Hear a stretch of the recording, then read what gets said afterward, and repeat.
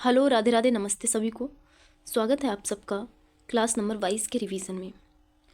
Sir ने इसमें पढ़ाया था स्वतंत्रता का अधिकार, जो अनुच्छेद 19 से लेकर 22 तक दिए हैं। तो चलिए शुरू करते हैं रिवीजन। मूल संविधान में जो हम फ्रीडम थी, स्वतंत्रताएं थीं, वो 7 थीं, लेकिन एट प्रेजेंट संविधान में 6 स्वतंत्रता के अधिकार दिए हुए हैं। 44वें संविधान संशोधन होता है 1978 में, जिसमें संपत्ति का जो अधिकार था उसको हटा दिया गया। ठीक है, और ये था किसने? 19 के क्लॉज नंबर 1 के पार्ट एफ में दिया गया था, तो इसे हटा दिया गया। अब ये कहाँ पर है? तो ये अब भाग 12 में दिया है, और इसके लिए आर्टिकल कौन सा है? 300A है। और अब ये एक स्वतंत्रता का अधिकार ना होकर बल्कि एक कानूनी अधिकार बन गया है। ठीक है, तो स्टार्ट करते हैं अब आर्टिकल 19 का पार्ट नंबर ए। इसमें दिया है वाक एवं अभिव्यक्ति की स्वतंत्रता, freedom of speech and expression. और इसमें कौन कौन से पॉइंट हैं? तो नंबर 1 है, जो पहला पॉइंट है वो है अपना विचार प्रकट और विचार को प्रसार करना। विचार को प्रकट और प्रसार कैसे कर सकते हैं? सर ने बताया था 3 तरीके से, या फिर बोलकर, लिखकर, या तो संकेत द्वारा, यानी कि चित्र या फिर कार्टून बनाकर। फिर है प्रेस की स्वतंत्रता। ये भी 19 के क्लॉज नंबर 1 के पार्ट ए में दी है। फ्रीडम ऑफ प्रेस, विज्ञापन का अधिकार, राइट टू एडवर्टाइजमेंट, इलेक्ट्रॉनिक प्रसारण का अधिकार, इलेक्ट्रॉनिक ब्रॉडकास्टिंग का राइट, चुप रहने का अधिकार, राइट टू साइलेंस, इंटरनेट का अधिकार, राइट टू इंटरनेट, विरोध प्रदर्शन का अधिकार, राइट टू प्रोटेस्ट, ध्वज फहराने का अधिकार, right to flying the flag. फिर है सूचना का अधिकार, राइट टू इन्फॉर्मेशन, और आरटीआई एक्ट आता है हमारा 2005 में। पुतला फूंकने का अधिकार भी इसी में दिया है। ठीक है, लेकिन इन सब अधिकारों के तहत कुछ हमारे लिए प्रतिबंध भी दिए गए हैं, यानी कि उन प्रतिबंध के दायरे में रहकर हमें इन अधिकारों का यूज़ करना है। तो वो प्रतिबंध हमें आर्टिकल 19 के पार्ट 2 में दिए गए हैं। ठीक है, फिर है आर्टिकल 19 का पार्ट नंबर 1 का क्लॉज नंबर वी। इसमें क्या है? सभा एवं सम्मेलन की स्वतंत्रता दी गई है। Freedom to assemble peacefully without arms. इसमें सम्मेलन बना सकते हैं, हम कॉन्फ्रेंस कर सकते हैं, मीटिंग कर सकते हैं और जुलूस निकाल सकते हैं, लेकिन इसके लिए भी कुछ क्राइटेरिया हैं, कुछ प्रतिबंध हैं। वो प्रतिबंध किस में दिए हैं? 19 के पार्ट नंबर 3 में। ठीक है, फिर है हमारा आर्टिकल 19 का पार्ट नंबर 1 का क्लॉज सी। इसमें क्या है? संघ या संगठन बनाने की स्वतंत्रता है। इसमें फ्रीडम टू फॉर्म एसोसिएशन। इसमें कौन कौन से पॉइंट हैं? हम राजनीतिक पार्टीज़ बना सकते हैं, फर्म बना सकते हैं, कंपनीज़ बना सकते हैं, सहकारी समिति, कोऑपरेटिव सोसाइटीज़ को बना सकते हैं। और इसके लिए अमेंडमेंट होता है 77 नंबर का 2011 में, जिसके तहत कोऑपरेटिव सोसाइटी को हमारे संविधान में शामिल किया गया था। और इसके लिए प्रतिबंध किस में दिए गए हैं? 19 के पार्ट नंबर 4 में इसके लिए प्रतिबंध दिए गए हैं।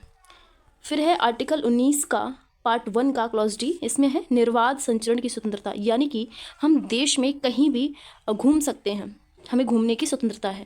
फ्रीडम टू मूवमेंट, इंडिया की बात हो रही है, इंडिया में ही। ठीक है, और इसके लिए प्रतिबंध किस में है?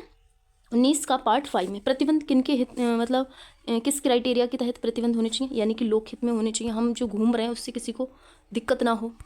जनजाति संरक्षण, यानी कि जो जनजातियां हैं हमारे देश में, डिफरेंट ट्राइबल्स ग्रुप हैं, उन ट्राइबल्स ग्रुप में किसी को भी कोई प्रॉब्लम ना हो। और कहीं कहीं पे तो जो इनर लाइन परमिट होती है, वहाँ पर जो जनजातियों का एक बहुत ही ज़्यादा कह सकते हैं सुभेद एरिया होता है, तो वहाँ पर जाने की अनुमति नहीं होती है, तो वहाँ पर हम नहीं घूम सकते। तो ये कुछ प्रतिबंध हैं और इनको ध्यान में रखकर ही हमें देश में घूमना चाहिए। ठीक है, फिर नेक्स्ट है आर्टिकल 19 का पार्ट 1 का क्लॉज ई। इसमें है देश में कहीं भी बसने का अधिकार।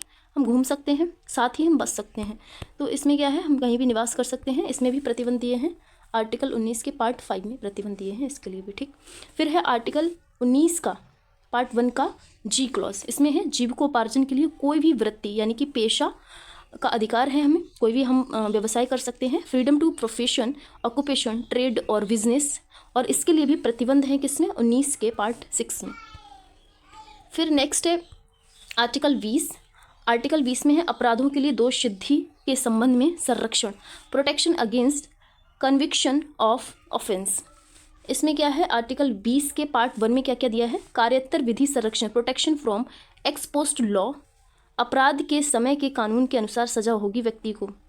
इसका सर ने एग्जाम्पल भी दिया था। मान लीजिए किसी व्यक्ति को 2011 में सज़ा हो जाती है, ठीक है, और उस जो सज़ा का प्रावधान है उस लॉ में परिवर्तन हो जाता है 2015 में, लेकिन उस व्यक्ति को सज़ा होनी है 2016 में, लेकिन सज़ा हुई कब थी, बोली कब गई थी 2011 में, और 2016 में सज़ा होनी है। लेकिन उसी लॉ में 2015 में जब परिवर्तन हो गया तो परिवर्तन के अनुसार उसे सज़ा नहीं दी जाएगी, बल्कि 2011 में उस कानून का क्या क्राइटेरिया था उसके आधार पर उसे सज़ा होगी, ठीक है।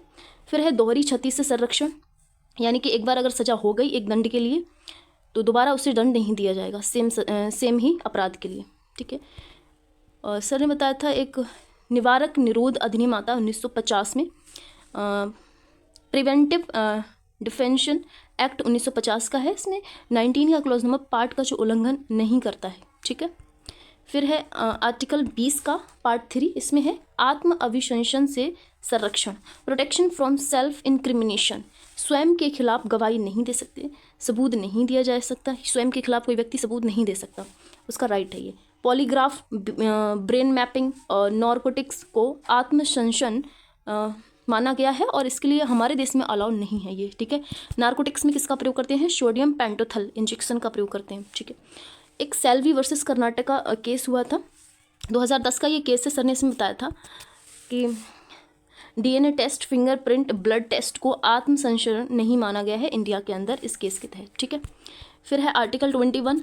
आर्टिकल 21 कहता है प्राण एवं दैहिक स्वतंत्रता, protection of life and personal liberty. इसमें केस आता है A.K. गोपालन वर्सेस मद्रास स्टेट 1950 का ये केस है। इसमें क्या है, सुप्रीम कोर्ट ने जीवन के अधिकार सीमित व्याख्या की थी इस केस के तहत। लेकिन फिर एक केस आता है Maneka Gandhi versus union of India 1978 का। इस केस के बाद जो सुप्रीम कोर्ट है उसने एक विस्तृत व्याख्या की थी हमारे जीवन जीने का अधिकार की। वो उसमें क्या क्या पॉइंट बोले गए थे, वो पॉइंट्स इस प्रकार से हैं।